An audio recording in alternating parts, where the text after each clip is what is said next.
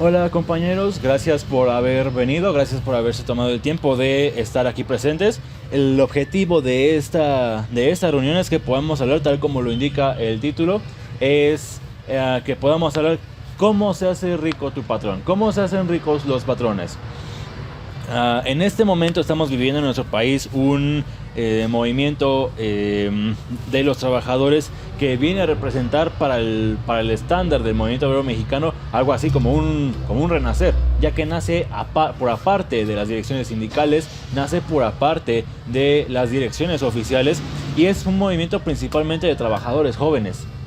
Es un movimiento que difiere de los demás movimientos obreros en el sentido de que en este movimiento podemos encontrar a gente que no está permeada todavía por el corporativismo sindical y se está haciendo preguntas. Una de esas preguntas es precisamente de dónde viene toda esta fortuna de los patrones, y es a esta pregunta a la que nos hemos propuesto responder el día de hoy, en este sábado rojo. Entonces, ¿cómo se hace ricos los patrones? ¿Cómo se hacen ricos los patrones? Para responder a esa pregunta tenemos que entender varias cosas. En primer lugar, ¿qué es por principio de cuentas el trabajo? ¿Qué es el capital? ¿Y qué es la plusvalía? El trabajo, y bueno, aquí tengo que hacer una aclaración respecto a qué se entiende por trabajo como categoría científica. El trabajo productivo es aquel trabajo que tiene como resultado un producto independiente de su productor, o sea, un producto aparte que al final del día tú puedes ver materializado. Una industria, por ejemplo, una industria automotriz, el trabajador va a trabajar más de 8 horas al día, generalmente 8 horas al día, termina su jornada y al final de su jornada ve toda la fila ahí de automóviles apilados. Esto se entiende por trabajo productivo, es decir, el trabajo generó un producto independiente del trabajador. Ahora, ¿significa esto que no existe la plusvalía en cuanto al trabajo improductivo, o sea, el trabajo del sector terciario?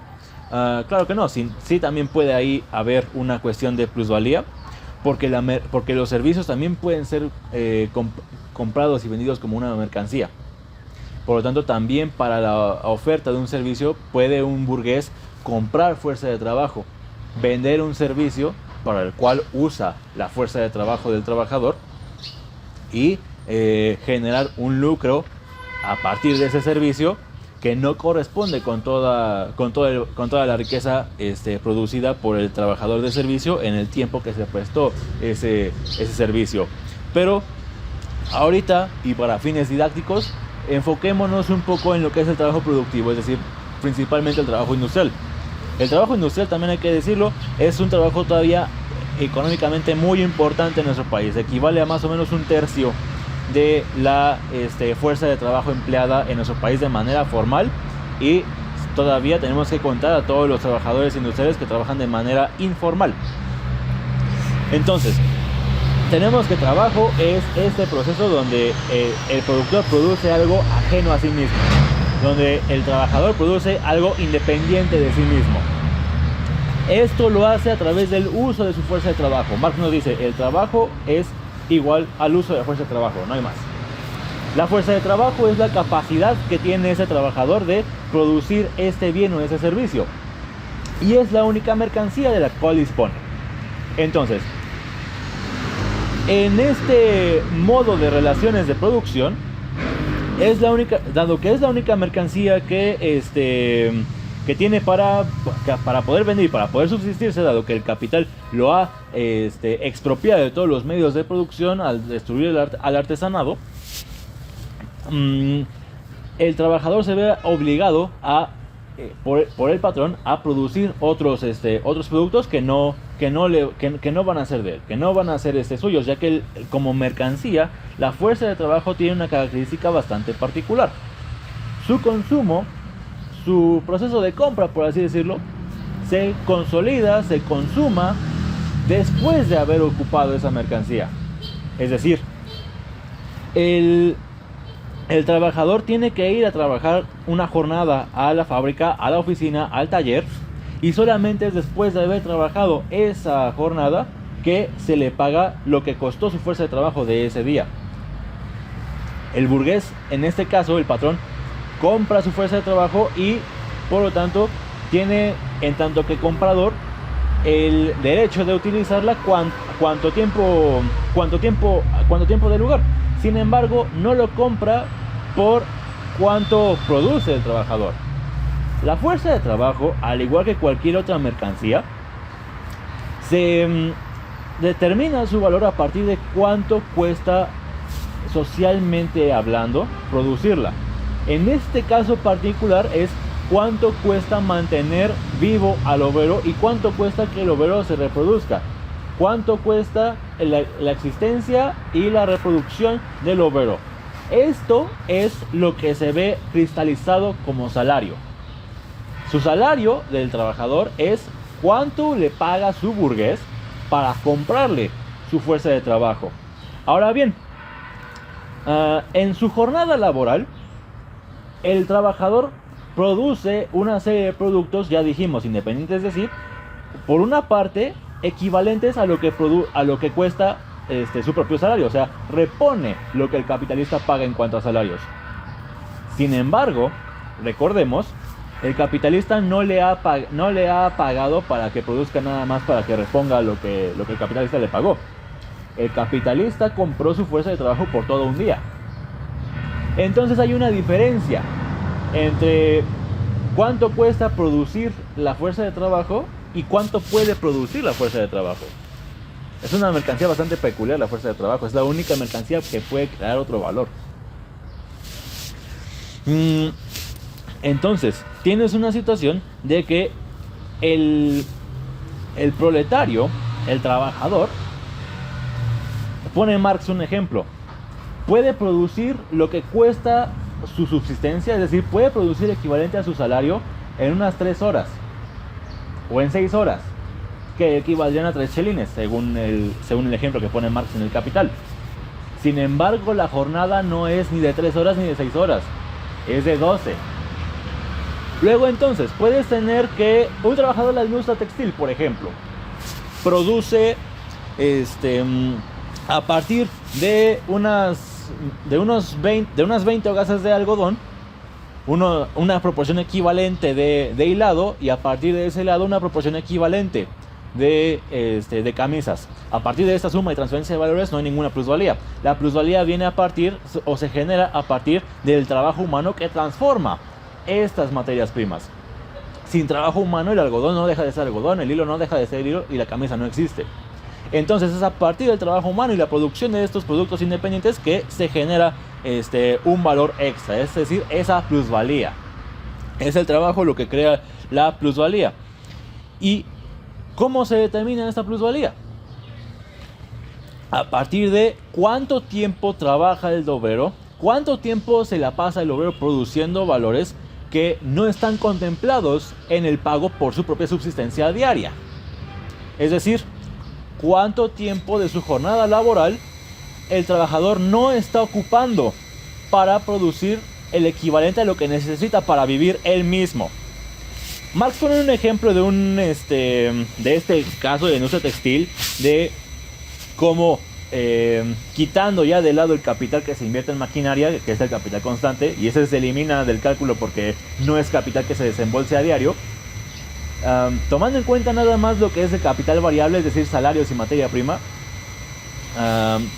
se puede medir la ganancia a partir de cuánto tuve que desembolsar, cuánto se produjo para recuperar ese salario y cuánto además produjo el obrero. Entonces tienes que, a partir de una jornada que no dura 6 horas sino tal vez 12, el obrero ya produjo, por así decirlo, pone Marx el ejemplo de que se desembolsan 90 libras en salarios. Pero en esta jornada de 12 horas el trabajador produce estas 90 libras que reponen su salario, y más aparte sigue produciendo camisas que generan otras 90 libras. Entonces 90 libras sobre 90 libras, es decir, plusvalía sobre capital variable, que es decir, lo que costaron los salarios. Es decir, hay una tasa de plusvalía o una tasa de explotación de 100%. Ese 100% es lo que viene siendo la ganancia del capitalista.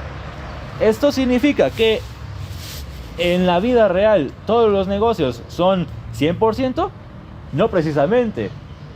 Y debemos ver aquí Entonces, o nos metemos a ver aquí hasta qué punto llega en serio la tasa de explotación. Me puse a hacer una investigación pequeña para hacer un pequeño cálculo de plusvalía en este caso en la industria automotriz mexicana. He seleccionado el caso de la planta de General Motors en Silao y he seleccionado esta industria porque en términos manufactureros es la industria más importante de este país, tanto por Producto Interno Bruto aportado como por número de obreros empleados. Entonces, enfocándonos nada más en esta fábrica en particular, nada más en el ejemplo de esta fábrica en particular. General Motors en su complejo Silao emplea a un total de 4.988 trabajadores, entre vehículos, entre motores, entre transmisiones, etc. 4.988. En este complejo, el salario más elevado de los ingenieros, los técnicos y así, es de 14,000 pesos al mes. Y de los salarios más bajos, refiriéndome, por ejemplo, a los superiores telefónicos o los soldadores que no cumplen mayores funciones, ganan salarios de más o menos unos 5,000 pesos al mes. Son los salarios más bajos que tiene que ofrecer esta planta. Entonces, si suponemos que todos los casi 5,000 trabajadores ganan salario de un técnico, o sea, esos 14,000 pesos al mes, el capital variable, o sea, los salarios, serían 69.8 millones de pesos, casi 70 millones de pesos al mes. Si suponemos que cada obrero gana como operador, entonces capital variable, la suma de salarios al mes, sería de 24.9 millones, casi 25 millones de pesos. Una diferencia enorme. En promedio tenemos que un obrero de General Motors Silao gana 47.3. Bueno, en términos generales, en capital variable, General Motors gasta al mes 43.7 millones de pesos. ¿Parece mucho? La verdad es que no tanto. ¿Por qué? Solamente en 2022, esta fábrica produjo 743,000 unidades de pickups Silverados, le llaman. Se llama el modelo. Estas unidades cada una se vende entre 800,000 y 900,000 pesos.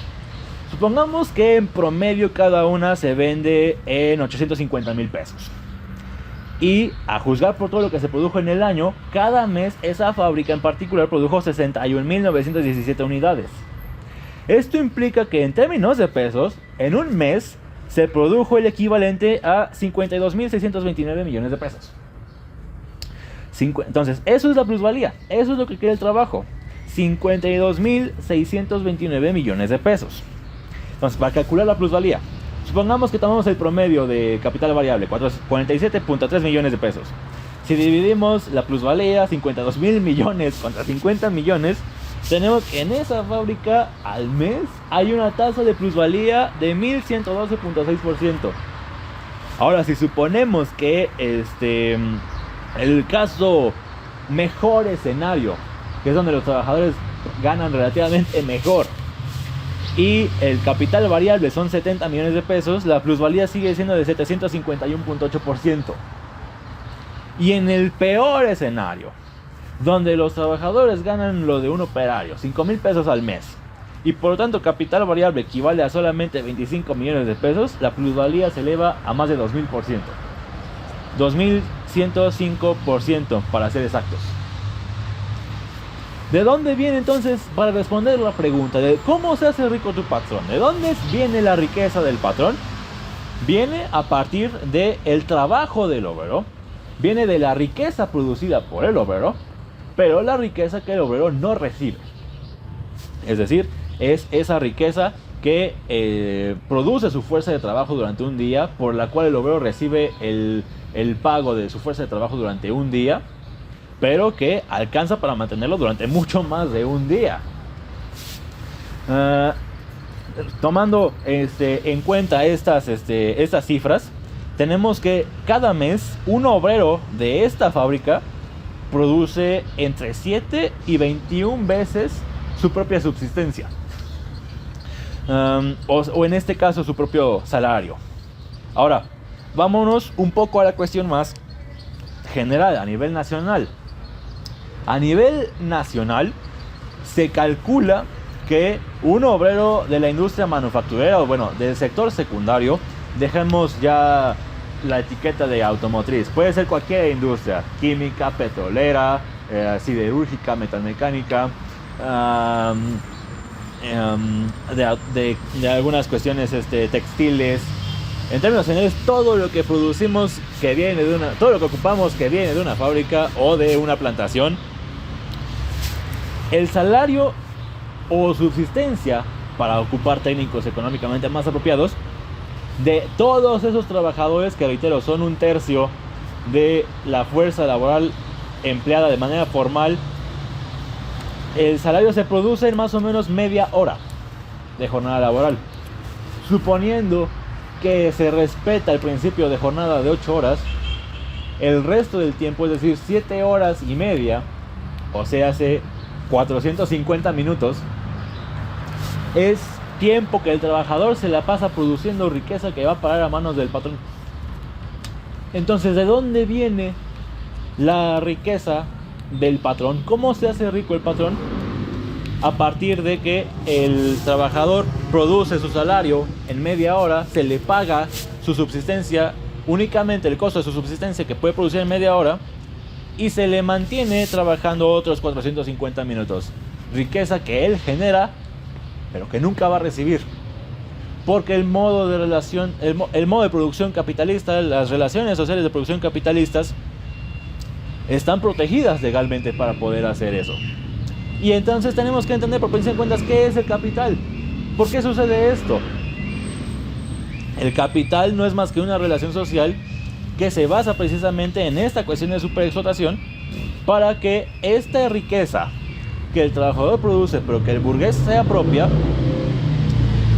siga obligando al trabajador a vender su propia fuerza de trabajo para poder sobrevivir. En eso se basa el capitalismo. Es decir, la expropiación de el producto del trabajo vivo, que se transforma en trabajo muerto, y este trabajo muerto, es decir, riqueza acumulada, se convierte en el mecanismo por el cual se puede seguir obligando al trabajo vivo a vender su fuerza de trabajo. ¿Y cómo es que llegamos a esta situación de una desigualdad tan extrema? Pues la razón o la proporción la podemos ver precisamente en el tiempo. ¿Por qué ahora los burgueses están tan empeñados en no querer recortar la jornada laboral? Marx tiene la respuesta en El Capital, la escribió hace mucho tiempo. El capitalista afirma su derecho como comprador a alargar la jornada de trabajo todo lo posible, hasta convertir, si pudiera, una jornada de trabajo en 2. Pero, por otro lado, la naturaleza específica de la mercancía vendida entraña un límite opuesto al consumo de quien la compra. Y, por su parte, el obrero hace valer su derecho como vendedor, cuando trata de que la jornada de trabajo se limita a una determinada duración normal. Nos encontramos, pues, entre una antinomia, entre un derecho que se levanta frente a otro, ambos sancionados por igual por la ley del cambio de mercancías. Entre derechos iguales, decide la violencia. Y es así como en la historia de la producción capitalista, la reglamentación de la jornada de trabajo es el fruto de la lucha por imponer a la jornada de trabajo ciertos límites. Una lucha que se libra entre el capitalista colectivo, es decir, entre la clase de los capitalistas, y el obrero colectivo, o sea, la clase obrera. Es aquí un poco bastante ilustrativo. ¿Por qué se rehusan los burgueses a recortar la jornada laboral? Porque de esa jornada laboral tan larga es de donde viene su riqueza. A partir de alargar la jornada laboral es como se aumenta la tasa de explotación. Y a partir de aumentar la tasa de explotación, a partir de poner a los trabajadores a trabajar más tiempo, es como generas más plusvalía, más riqueza que el trabajador produce, pero que el burgués no le paga porque se la apropia. Y también es aquí bastante ejemplar respecto a qué debemos hacer ahora para hacer respetar hacer valer nuestros propios niveles de vida, nuestros propios derechos, y recuperar la calidad de vida que hemos paulatinamente perdido, que nos han paulatinamente arrebatado. Todo todo esfuerzo por reducir la jornada laboral y por lo tanto para reducir la tasa de explotación es producto de la lucha. No ha salido nunca por una reforma que salga netamente de la bondad de los políticos reformistas. No ha salido nunca de una reforma que salga netamente de la bondad de los capitalistas. El capitalista trata de conseguir más ganancia. Luego entonces, precisamente por esto es tan opuesto a la reducción de la jornada laboral. ¿Y cómo le vamos a hacer entonces los trabajadores? Como ya se ha dicho hace más de 100 años y como lo seguimos comprobando actualmente, la única manera en la que podremos reducir nuestra jornada laboral y reducir la tasa de explotación es por medio de la lucha. Y la lucha exitosa solamente se va a lograr por medio de una organización, por medio de la organización de la clase obrera que tenga miras revolucionarias, que no sea una dirección que tenga como único objetivo, como límite a su accionar, la negociación con los reformistas y con los patrones, porque si esa es tu única perspectiva, lo que va a ocurrir es lo que ocurrió en el año pasado, a finales del año pasado.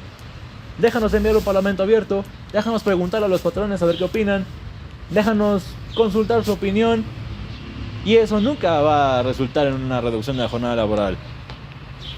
Un trabajador que no está organizado con miras revolucionarias es materia prima de explotación.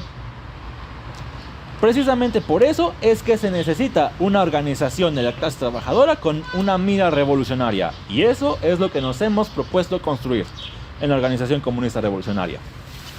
Gracias.